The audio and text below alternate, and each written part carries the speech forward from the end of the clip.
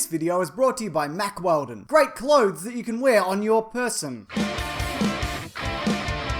Thor Ragnarok is the 17th film in the Marvel Cinematic Universe, which seems like a high number, but then I checked and it is 17. It's so many. So as always, let's talk Easter eggs and references and the like, including links to other films in the series, the comics, insights into the post-credits scenes, cameos, the future of the universe, and more. So full spoilers for Thor Ragnarok and all of the other films that have been released in the MCU. So if you don't want to know, say, 3 of the 4 Warriors 3 die, maybe stop the video. But before I said that, well, I guess you know Sif isn't a Warriors 3. She's Sif, and she gets an actual name that people remember. Because this is the 3rd in the Thor trilogy, there's bound to be references to the previous 2 movies. Jane Foster is mentioned in passing before that character is tossed aside forever because Natalie Portman is out of the franchise. We also get references to Odin's peace treaty with the Frost Giants, which gets broken in the first film, and also a recreation of Thor and Loki's adventures and Loki's death fake out in the Dark World. The opening sequence, where Thor is captured and calls upon his hammer, only having to wait for it,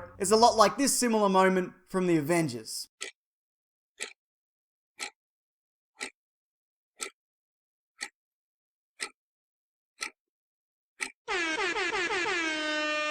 There's also references to Thor's various adventures across all the movies, including all the robots he beat up in Age of Beating Up Robots, and how Loki and Thor continue to distance themselves from each other by stating that one of them is adopted. I've never met this man in my life. He's my brother. Adopted. Loki is beyond reason, but he is of Asgard. And he is my brother. He killed 80 people in 2 days. He's adopted. Bruce Banner falling out of the ship in order to transform into the Hulk, only to clunk into the ground, mirrors this sequence from The Incredible Hulk, where presumably the same thing happens, but it's just cut together in a way that's not as funny. I mean, it's still kind of funny, but it's not as funny. Thor attempts to transform the Hulk back into Bruce Banner by reciting this lullaby from Age of Ultron. Hey, big guy. Sun's getting real low.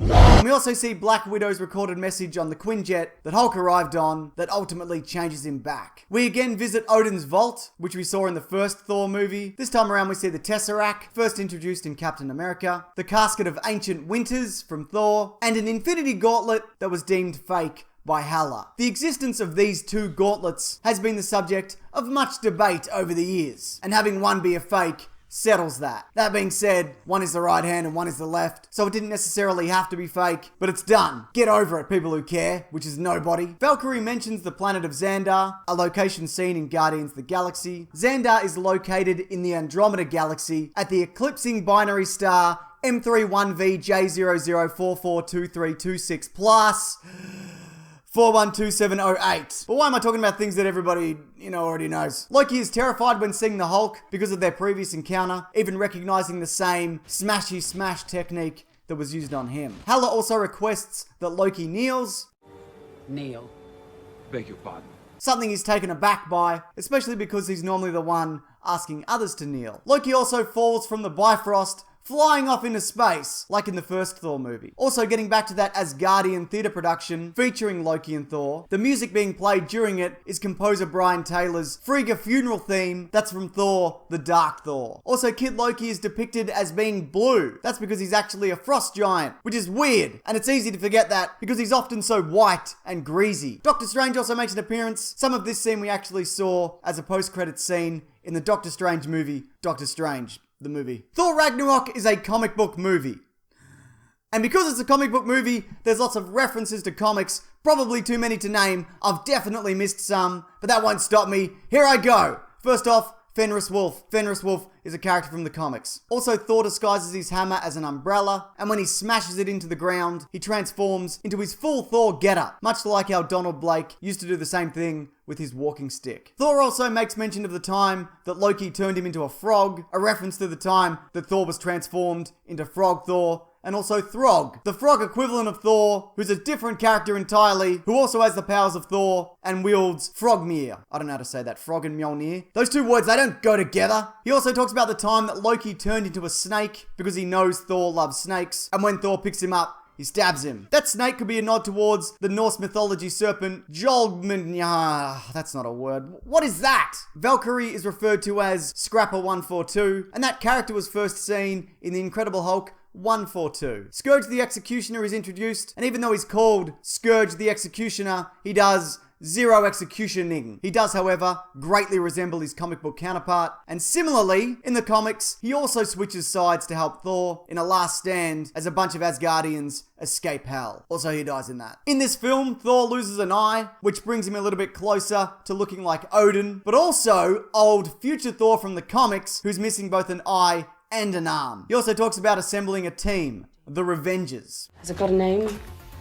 Yeah, it's called the Revenges. Revenges? Because I'm getting revenge.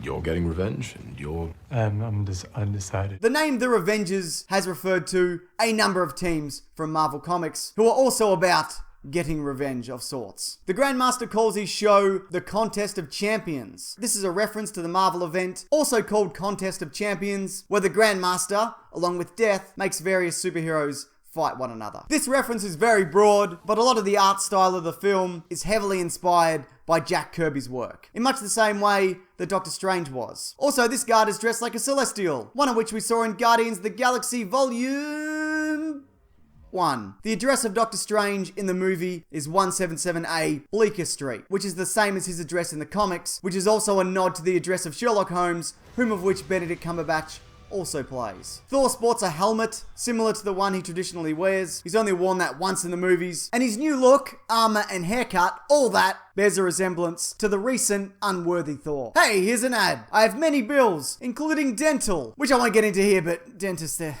so expensive. Why is that? Anyways, Mack Weldon are a quality clothing company that have sweet looking hoodies, underwear, undershirts, t-shirts, polos, socks, sweats, which are all famously antimicrobial, which basically means you can wear them all day and they're still crisp and clean for longer than any t-shirt has any right to be. They also fit really well. I got a bunch of them and they are genuinely my favorite t-shirts. So if you like clothing that's good and not terrible and fits well and doesn't smell weird, then you can check them out by visiting mackweldon.com and using the offer code Mr. Sunday Movies, or one word, for 20% off your purchase. All that is linked below. That mace also looks a lot like the mace that belongs to Hercules, a Marvel character based off the ancient legend that also had a TV series called Hercules, The Legendary Journeys with Kevin Sorbo, as well as a spin-off, Young Hercules, starring Ryan Gosling. It's a real show that for some reason existed. It's on YouTube, you can look it up. Hulk is seen in his Planet Hulk armor from the comics, as well as being draped in beads, similar to what he wore in Ultimate Hulk vs. Wolverine. A few characters do appear from Planet Hulk. For one, we get Korg, as played by director Taika Waititi. He's a Cronin, one of which actually appeared in Thor, the second and worst Thor. Mike, that weird bug creature with blades for hands, is also banging about in this film. He's from Marvel Comics. And on the Collector's Tower, the faces that appear look very similar to that of Ares, Bi-Beast, Man-Thing, and Beta Ray Bill, the horse-faced alien Thor. At the end of the film, Asgard is destroyed, and it's said that Asgard is not a place, it's the people that make it. Disagree,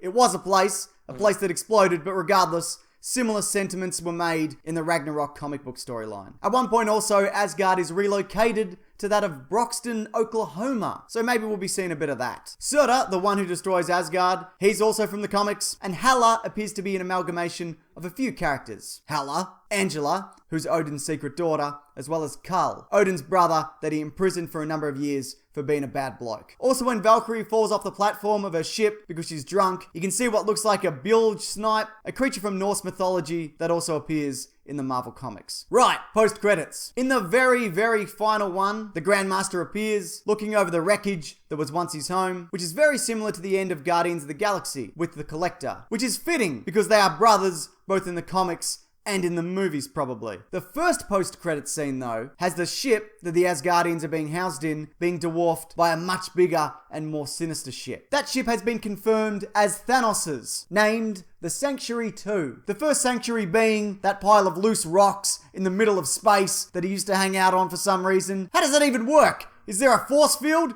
Can he breathe in space? What? Before talking cameos, there's a number of movies and TV shows referenced in this film. Loki put Odin in a retirement home called Shady Acres. That same name has been used in South Park, Ace Ventura, and Happy Gilmore. That weird roller coaster ride that Thor takes, where he learns about the Grandmaster and the world, is very reminiscent of the boat scene from Willy Wonka and the Chocolate Factory. It even has the song Pure Imagination. Thor is again referred to as Point Break, a nod to the movie Point Break, and also something that has been nicknamed by Tony Stark. No hard feelings, Point Break. You got a mean swing. Korg also mentions that a 3-pronged spear would only be useful when fighting 3 vampires that were huddled close together. Taika Waititi's film, What We Do in the Shadows, also featured 3 vampires. I dragged the man's body down the hallway and noticed that there was no dust. Like I kind of swept the hallway. And this line, I take 10 million. Tell her she's dreaming. that might not be familiar to audiences outside of Australia, but that's a nod to a very famous Australian film that's only really known in Australia, The Castle. Dad, 450. For jousting sticks, tell him he's dreaming. Right, let's wrap this up with some cameos. Matt Damon appears as Loki in that performance piece, a hot scoop that was broken by the best movie podcast on the planet. Sorry, I should say, one of the movie podcasts on the planet. It's called the Weekly Planet Podcast. I'm in it. But the other actors that appear in that scene was Sam Neill as Odin, who appeared in Taika Waititi's film Hunt for the Wilder People, along with Rachel House. And Thor is played by Chris Hemsworth's brother, the Hemsworth from Westworld, who's not Liam. I guess this one counts as a cameo, but Taika Waititi's shake weight that he bought when he was in Green Lantern from 2011 appears in this film with Korg holding it. Is this some kind of tenuous link to a Green Lantern / MCU shared universe? All the ships in the film are also apparently named after Australian cars. The collector's favourite being the Commodore. And of course we get the obligatory take you out of the movie but you can't help but love it, Stan Lee cameo as the guy who cuts Thor's hair. Did I miss any Easter eggs though? Feel free to leave a comment below if I did, or any comment, because if you do you can win this week's Loot Crate. The last winner of which was this person. If you are this person, just private message me these details and you can have it. Also, like I said, I have a podcast called The Weekly Planet. That's linked below. And it happens every Monday. It's got its own YouTube channel. It's also on iTunes and a bunch of other platforms. I think Spotify, I don't know. Here's a clip from a recent episode. Who do you cast as Billy Batson, the kid? Yeah, that's tough, man. He's Superman. He's like cartoon Superman. Right, yeah. So he should be the most purest whatever and Yeah. the most innocent kid. But I think they should cast a grown-up as Billy Batson. Why? Well, they should, because the premise of this particular... You're an idiot. Yeah, I know I'm an idiot, but hear me out. I won't. Oh, all right, this podcast is over. No, like, because this DC universe is 20 years on. Yeah, right. It's been happening for 20 years. And like, Batman's been fighting crime for 20 years. So what you do is you say, okay, he was a kid 20 years ago, or 15 years ago. But there was no, like, we've seen Superman. There was nothing like that. When he showed up, people were like, what the fuck? But also, yeah, but also this universe is a little bit inconsistent in that regard. Mason, like how when dare Superman shows up, they're like, what's going on? This has never happened before. And then 2 movies later, we're like, everybody's got a magic sword. Steal your soul. Everybody's a crocodile. And just to keep everyone in the know, there's videos here every Tuesday, Thursday, and Sunday. In last Sunday's video, there's an opportunity to win a copy of Star Wars Battlefront 2, so check that out if you want. And just, feel free to subscribe in general if you want to see future videos. It's totally your call. But thanks for watching this. I appreciate it. Take care.